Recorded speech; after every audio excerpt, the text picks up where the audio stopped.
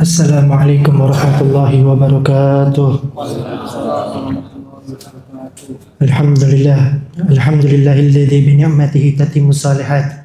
Alhamdulillahilladzi hadana lil iman wal islam wa ma kunna lanahtadi laula an hadallah. Rabbi shrah li sadri wa yassir li amri wahlul 'uqdatam min lisani yafqahu qawli. Wa asyhadu an la ilaha illallah wahdahu la syarika lah wa asyhadu anna sayyidina Muhammadan abduhu wa rasuluh wa ala alihi wa ashabihi wa azwajihi wa dzurriyyatihi ajma'in wa sahabati ajma'in amma ba'du. Bismillahirrahmanirrahim. Alhamdulillah, kita bersyukur kepada Allah Subhanahu wa taala kita dikumpulkan di tempat ini, di masjid ini, Masjid Abdullah bin Abdullah Nur, di mana di masjid ini yang diadakan majelis ta'lim. Karena salah satu yang dijadikan masjid itu adalah tempatnya ilmu. Sebagaimana Nabi Shallallahu Alaihi Wasallam tidak mewariskan harta, wala dinar, wala dirham, innama yurithu ilman. Nabi Muhammad Shallallahu Alaihi Wasallam tidak mewariskan harta, tidak mewariskan rumahnya, tidak mewariskan apapun kecuali ilmu.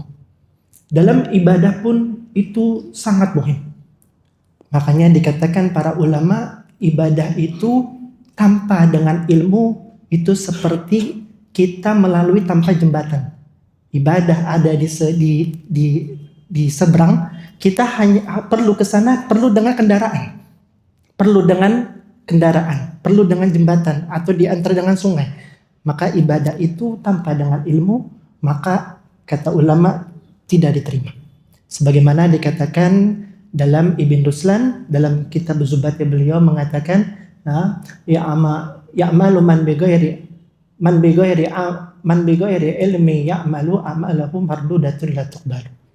Siapa yang mengerjakan suatu ibadah tanpa didasari dengan ilmu, maka amalnya itu tertolak dan tidak diterima oleh Allah Subhanahu wa taala. Nah, dengan inilah kita duduk dengan di sini di tempat masjid ini untuk kita mencari ilmu. Karena ilmu ini adalah cahaya. Ilmu yang bisa membuat ibadah kita menjadi benar dengan betul. Makanya jangan heran ketika seseorang bertanya, kenapa hidup kita makin sulit walaupun kita jalanin ibadah? Kita sholat, kita melakukan tunaikan sesuatu kewajiban atas kita sebagai hambanya Allah. Dan dilihatlah bagaimana ibadahnya kita. Kalau kita melakukan sholat 5 waktu, bolak-balik ke masjid, tapi pede dengan ibadahnya tanpa didasari dengan ilmu, ya, maka seperti apa? Seperti yang dikatakan Sayyidina Umar, ada satu orang datang, dia ibadah, tidak pernah hadir majelis ta'lim. Dia Islam, ibadah, lakukan sholat, habis sholat pergi, urusin dia punya kerjaan. Sampai Sayyidina Umar mengatakan apa? Ini orang adalah bukan ahli khair. Dalam ibadah mungkin kita lihat dia sholat, tapi dia tanpa dengan ilmu. Maka apa? Ya, ibadahnya tidak diterima oleh Allah Subhanahu wa taala. Dan dengan itulah kita mendapatkan ilmu itu agar apa? Ibadah kita menjadi pede. Kalau bahasa gaulnya pede. Jadi merasa tidak takut. Oh iya, dalam ibadah saya diterima atau tidak? Makanya dengan itulah kita menjadikan ibadah kita, oh iya, ibadah saya sesuai dengan syariat. Makanya zaman sekarang mungkin kalau kita lihat anak-anak kita, kalau ditanya, apa itu fardu dalam wudu? Wajib dalam wudu? Saya tidak tahu. Apa itu rukun dalam salat? Saya tidak tahu. Apa itu batal? Ya, apapun, ya, sebutkan apa yang bisa membatalkan salat. Mungkin ini tidak yakin dengan jawabannya. Padahal salat dikerjakan 5 waktu. Gimana kita bisa salat tapi kita tidak tahu hukum dalam salat? Seperti kita kerja, ya, tapi apa? Tidak mengetahui rukun, syarat, ketentuan dalam pekerjaan tersebut. Kita masuk, ya, pekerjaan mungkin di manajemen bisnis, tapi kita tidak tahu cara manajemen bisnis atau tidak tahu cara gimana untuk menggunakan komputer. Gimana kita bisa kerja? Seperti itulah. Kita melakukan ibadah tapi kita tidak tahu ilmunya. Makanya dengan duduknya kita di mari, mudah-mudahan Allah beri taufik kepada kita, Allah beri ilmu yang manfaat kepada kita. Sebagaimana dalam hadis Nabi Shallallahu Alaihi Wasallam, Nabi Muhammad SAW mengatakan, "Man yuridullahu bihi khairan yufaqihu fiddin." Kalau Allah ingin kehendakin kebaikan kepada hambanya, maka Allah akan memberikan kemanfaatan dalam agamanya, pemahaman dalam agamanya. Tapi gerakan hati kita, jangan kita merasa, oh ya saya udah tua, saya tidak butuh dengan ilmu. Ilmu itu belajar dari kita balik, dari kita lahir sampai kita meninggal. Tidak ada batasnya kita belajar ilmu. Dan Masya Allah kita mendapatkan, ini kisah yang menarik. Ketika duduk waktu itu, Al-Fakir masih belajar di Hadram. Ada satu orang, dia cuman kerjanya jualan handol. Biji, kacang. Itu kalau orang-orang Hadramut tahu tuh, kuning warnanya. Cuman jualan itu, punya anak 8. Kita ketemu sama dia, dia cerita, anak punya anak 8. Semuanya, hampir semua anak-anak kuliah. Cuman modal apa? Jualan handol. Kita nanya, apa itu resepnya? Dan kita nanya begitu, apa beliau? Ente inget dah, ada satu orang dikisahkan datang ke seseorang ulama, yaitu Syekh Abdullah bin Alwi, dia mengatakan, ya Habib, anak sulit dalam rezeki. Kata Habibullah Haddad, beliau apa? Ya, khud kitab wa tulubul ilm. Ambil kitab, belajar. Kadang kita nggak masuk, susah rezeki tapi disuruh belajar. Gimana ceritanya? Ya harusnya apa? Disuruh kerja, tapi enggak, suruh belajar. Karena apa? Orang-orang yang berilmu, orang-orang yang belajar, Allah akan jamin rezekinya. Itu udah pasti. Ini hadis Nabi Shallallahu Alaihi Wasallam. Nah, dengan itulah kita duduk di sini. Mudah-mudahan Allah beri pemahaman kita.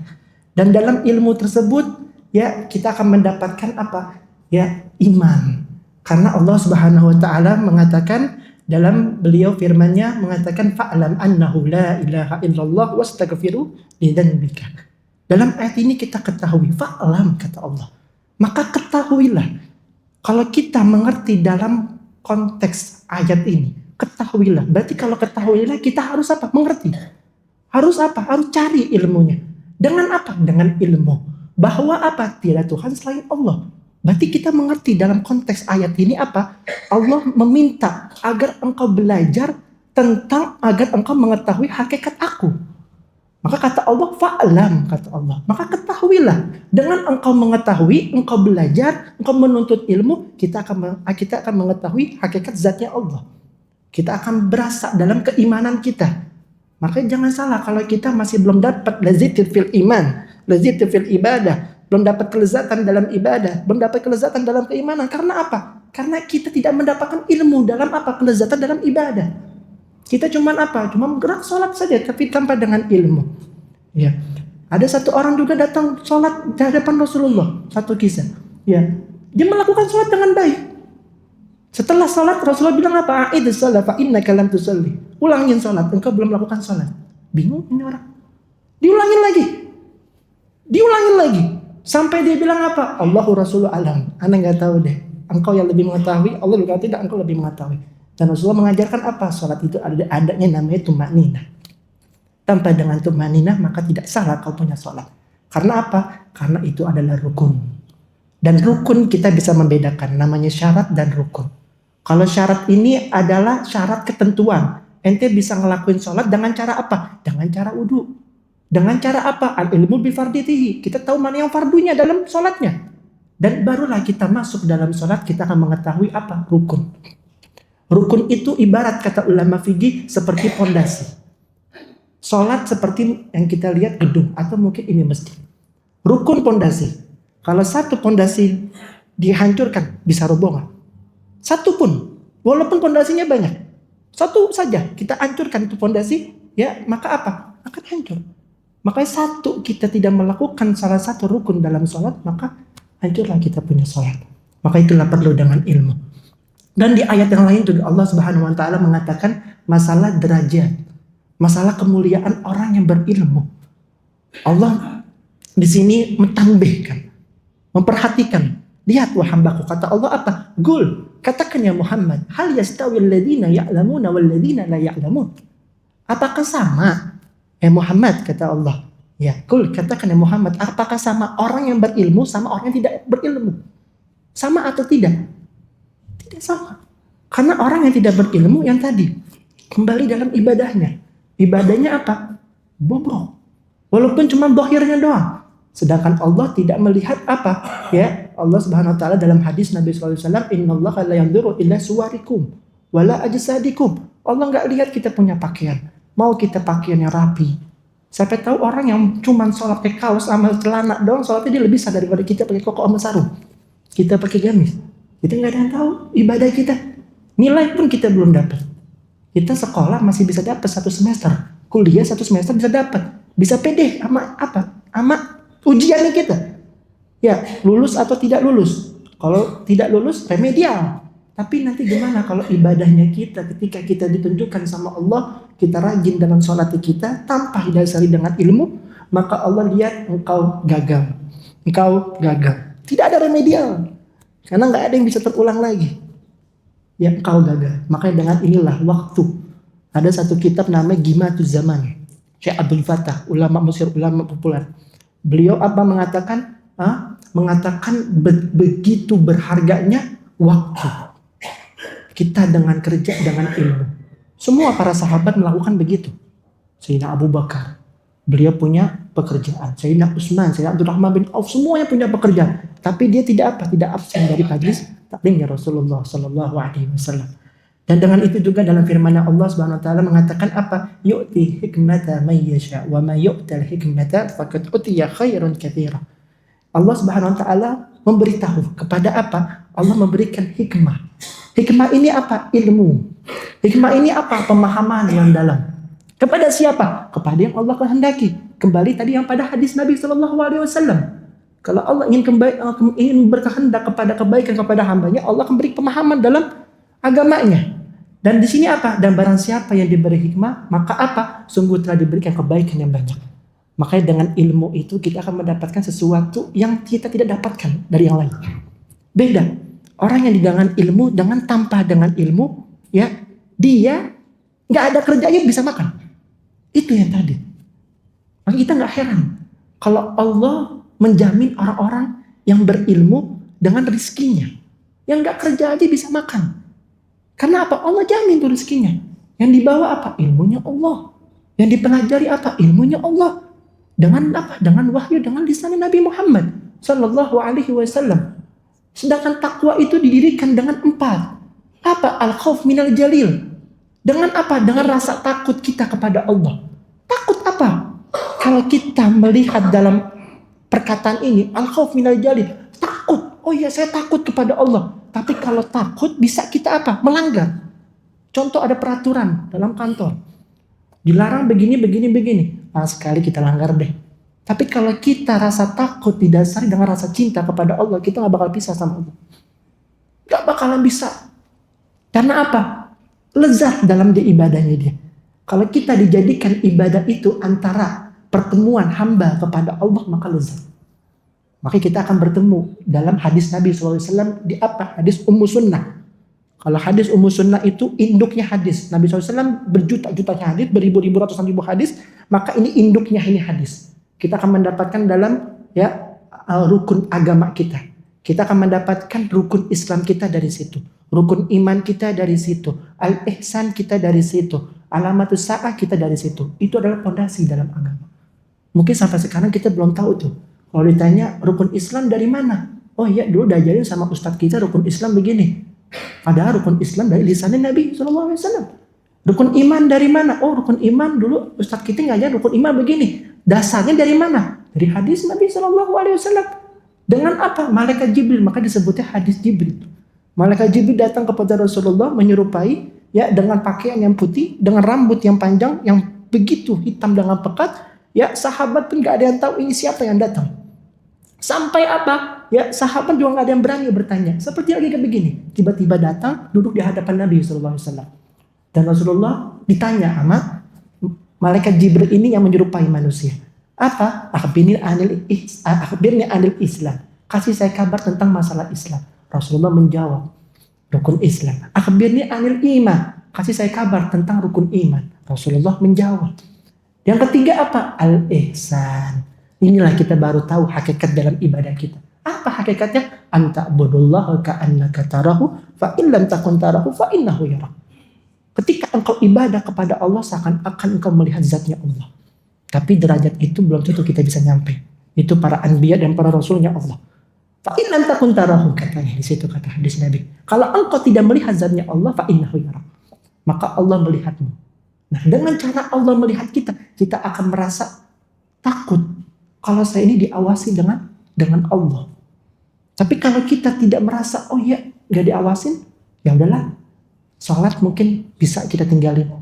Mungkin kita bisa dengan apa? Ya, ngelakuin kewajiban kita saja. Tapi istri kita, anak kita nggak lihat. Ya makanya kita jangan salah. Islam itu akan datang ya akan asing. Islam yang datang di zaman Nabi Shallallahu Alaihi Wasallam asing dan akan datang pun nanti akan asing. Dan Nabi Shallallahu Alaihi Wasallam mengatakan apa? Fatuba liman ghuraba. Beruntunglah orang yang asing itu. Dan gak salah, zaman sekarang kita udah lihat. Kita sholat aja dibilang sama orang soleh banget. Sholat kewajiban dibilang soleh. Padahal apa? Kewajiban. Ngelihat orang sholat tepat waktu di masjid. Rajin banget sholat di masjid. Bukan rajin, ini kewajiban. Ente baru kalau ngelakuin puasa sunnah, baru ente bisa bilang rajin, soleh. Tapi ini kewajiban sholat tepat waktu, jamaah. Kita masih bilang tuh orang-orang ya di sekeliling kita mengatakan apa? Soleh banget. Sedangkan sholat adalah wajib. Dan inilah kita akan lihat begitu luar biasa. Dan makin lama terkikislah kita punya iman. Kita akan tidak mendapatkan ya ilmu. Maka dengan inilah kita dapatkan ilmu, maka ambillah waktu kita untuk mendapatkan ilmu.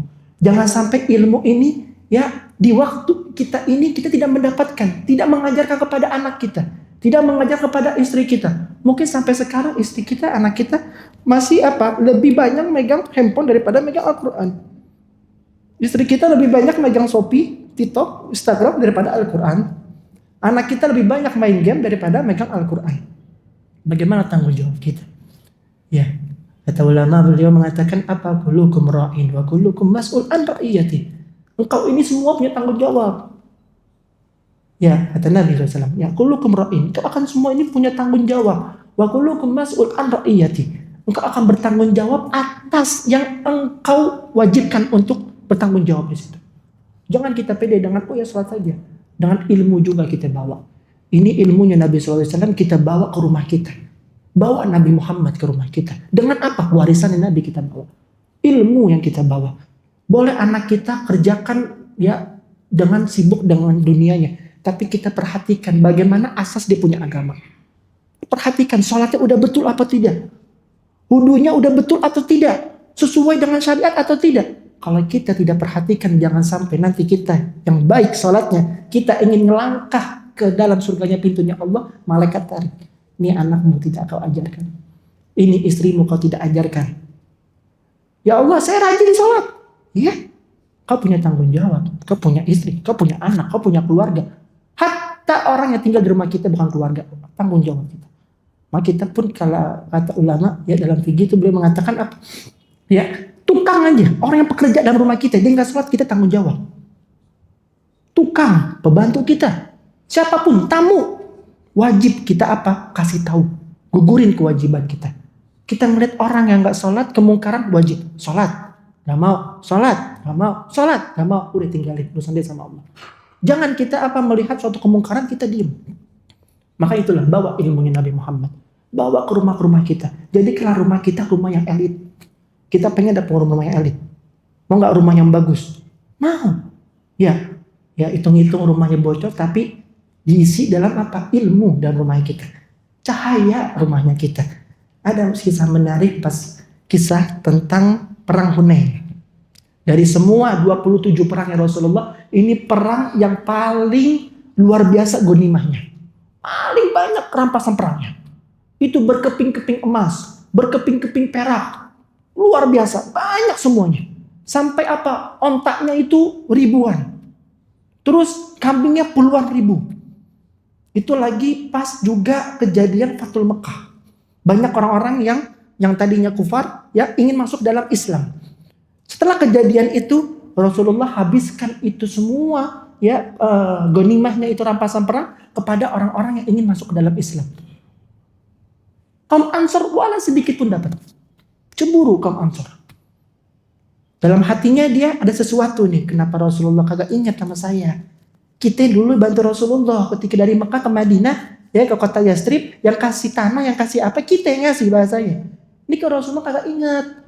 Gonimahnya banyak lagi, rampasan perangnya. Dari semua perang ini paling banyak gonimahnya. Sampai apa? Rasulullah ngelihat sahabat ini ada sesuatu yang disembunyikan. Dipanggil semua kaum Ansor. Ya kaum Ansor, ta'alu, kemari. Ditanya sama Rasulullah, engkau ini ada sesuatu ya di dalam hatimu nih, ada yang mau diomongin. Silakan ngomongin. Diam semua, nggak ada yang berani. Sampai apa? Saya tahu permasalahan ghanimah. Semua, na'am ya Rasulullah. Terus Rasulullah mengatakan apa? Saya ini tidak ragu dengan keimanan kalian. Aku berjuang 13 tahun di kota Mekah untuk mengimani semua kaum-kaum manusia, ya orang-orang Bani kafir Quraisy, ya berjuang 13 tahun, 3 tahun dengan cara sembunyi, 10 tahun dengan cara terang-terangan. Itu mungkin sedikit, ya nggak banyak. Dibandingin saya datang pertama kali ke kota Madinah, ke kota Yastrib, itu semuanya satu kota masuk Islam. Saya ini nggak ragu dengan keimanan kalian, kata Rasulullah SAW. Iya, semuanya diam, nggak ada yang berani ngejawab. Sampai Rasulullah mengatakan apa? Hei sahabatku, engkau ini bisa menjawab, bisa bahasanya kalau kata bahasa Arabnya itu telain, ya bisa ngejawab dari jawaban aku. Kau bisa bilang kayak begini nih, ya Rasulullah, bukankah engkau datang ke kota Madinah, ke kota kita, engkau tidak punya apa-apa, kita yang ngasih. Ya, bukan engkau datang ke kota kita engkau nggak punya apa-apa, kita yang semua yang kasih. Ya, terus apa? Di situ, ya itu sahabat gak ada yang berani lagi ngomong, diam semuanya. Sampai apa? Rasulullah mengatakan apa? Irfa, naikin kau punya kepala. Apa kata Rasulullah? Boleh mereka membawa ghanimah yang begitu banyak. Dia bawa dunia, dia bawa ontaknya, dia bawa kambingnya, dia bawa harta, dia bawa isi dunia dia bawa. Orang-orang yang pada ngambil ghanimahnya. Tapi yang engkau bawa aku Rasulullah ke rumahmu. Yang kalian bawa adalah aku. Yang kau bawa adalah Rasulullah Muhammad bin Abdullah. Dengan apa itu tadi? Dengan ilmu. Yang kau bawa ilmu. Aku tidak ragu dengan keimanan kalian. Makanya kaum Ansor langsung semua nangis. Semuanya sedih langsung ketika Rasulullah dikatakan begitu. Dan dia berharap udah. Intinya apa? Ya sesuatu apapun semua dengan ilmu. Ibadah pun dengan ilmu.